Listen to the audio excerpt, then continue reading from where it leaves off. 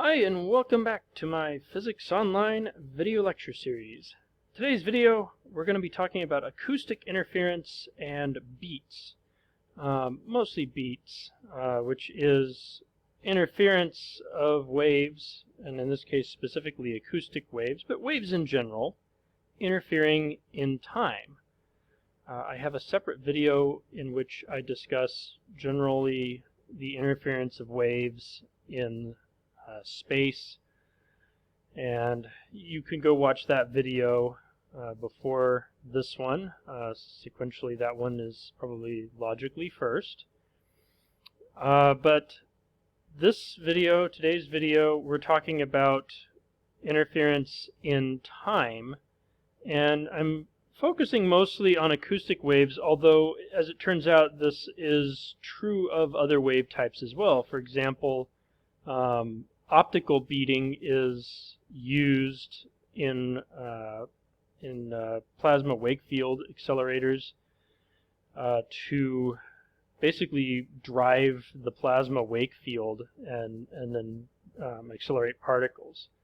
And basically what they do is they take two lasers and apply the same principles that we're applying today, but to light rather than to sound, and to create a beat pattern which is resonant with the plasma that they're trying to drive. That's a bit of a preamble. What is it that we're doing here? The answer is that we are considering the interference of two waves. So once again, we can add the two waves together. Let's use, let's say, the pressure wave. So we could write, for example, that the first wave has delta P1 of, let's give it a maximum value. Let's assume that both have the same maximum value. And maybe everywhere in space, this is given by the cosine of k wave times x minus omega. K wave 1 minus omega 1 t plus some initial phase factor.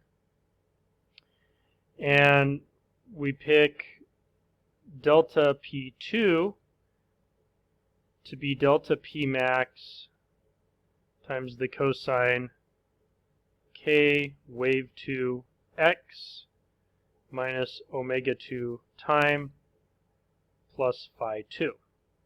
Note that these two waves are actually traveling in the same direction, although we could, in principle, have them colliding as well. We don't actually need to have them colliding. They could be co-propagating. Since they have different values of k, and since they have different values of omega, it means that there will be some points in space and time in which you have two peaks or two troughs lining up perfectly, and you have other points in space and time in which a peak of one wave and the trough of the other wave line up together, and so they cancel basically to zero. And then you have some locations in which you have, one displacement for one and maybe some displacement in the other direction for the other, and so on. The total pressure, however, again, is given by the instructions of these two waves taken together. So that would be delta P1 plus delta P2. Now let's pick a location in space. Pick a point in space. It doesn't actually matter what point in space we pick.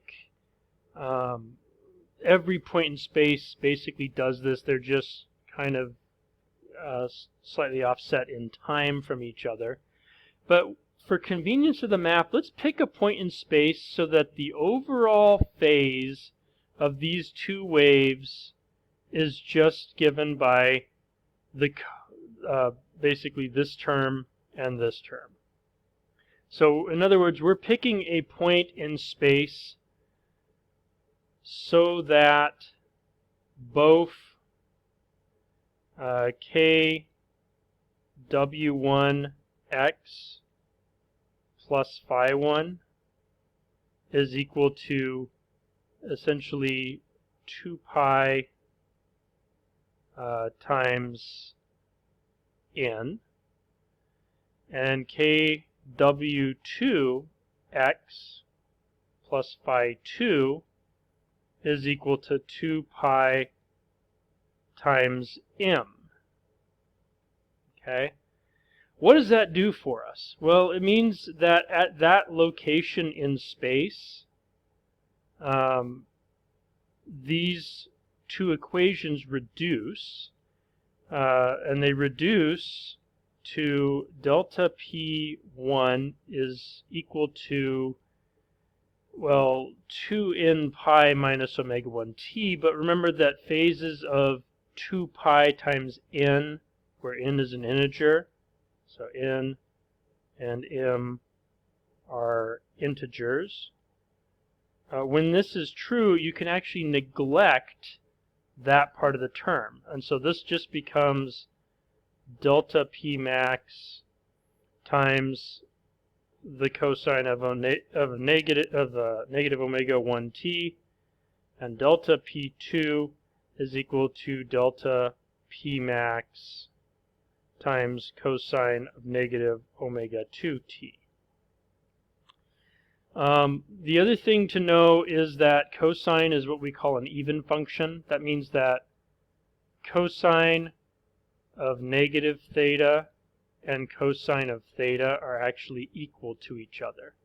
So this means that what we're left with is a delta P1 of delta P max times the cosine of omega 1t, and delta P2 is equal to delta P max times the cosine of omega 2t at this location in space. Okay? Now we can add them.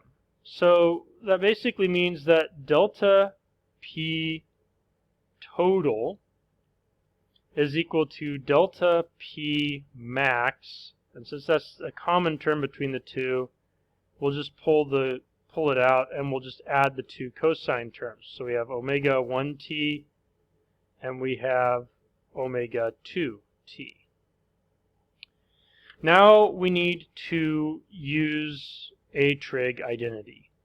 The trig identity that we're going to use is that the cosine of A plus the cosine of B is equal to basically the 2 times the cosine of the average of A and B, so A plus B over 2, times the cosine of the difference between A and B, also over 2. So in some sense we're using, if A is omega 1t and B is omega 2t, standing in for this equation, then we get a total of delta P, a total pressure wave, of delta P max times 2 times the cosine of the average, omega 1 plus omega 2 over 2 times time, times the cosine of the difference, omega 1 minus omega 2 over 2 times t. Okay, so you have your average, you have your difference. Alright, so let's break this up into pieces here and describe each piece. So this part right here, this is what's the amplitude of our beat. So this is how big does the beat get to be compared to the other two waves. This right here is what's called the carrier term. So when two waves are beating together, you still hear them as if there's one wave present as far as a tone is concerned. And that tone is actually the average of the two frequencies. So if I'm beating together 200 hertz and 202 hertz, then I hear this wave at 201 hertz, the average. The tone is equivalent to whatever the tone of 201 hertz is. This term right here is what's called the envelope. This dictates whether you are more or less at a maximum, more or less at a minimum, etc. And in some sense what's going on here is when you go from just the wave displacement or the wave's equation to its intensity, remember that you're squaring your terms, you're squaring your amplitude specifically. And so your maximum intensity should be, we'll just use a proportionality, equal to 2 times 2 delta P max times the cosine omega 1 minus omega 2 over 2 times time, all squared. Okay? So this term right here essentially goes through a maximum when cosine is at a maximum, but it also goes through a maximum when cosine is at its absolute minimum. Okay? And so what that means is that my actual sort of like frequency of the envelope is twice whatever this frequency is. So omega envelope is equal to 2 times omega 1 minus omega 2 over 2, which is just omega 1 minus omega 2. Sometimes instead we put this in terms of what's called the beat frequency. And the beat frequency, capital omega, is the difference between the two individual frequencies, F1 and F2.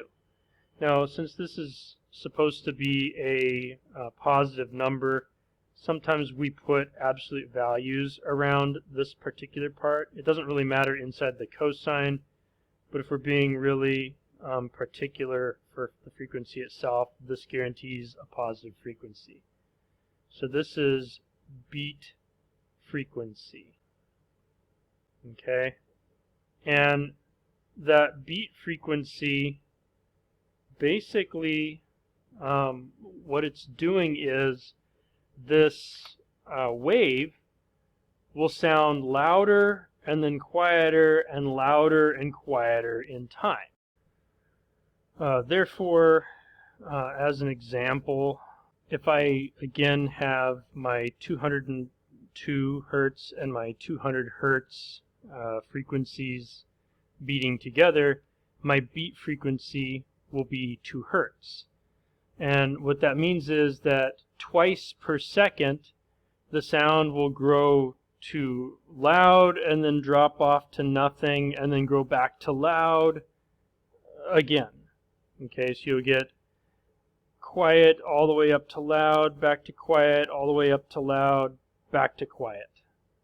And that's basically beating. So instead of just having a steady, you get something that's more like,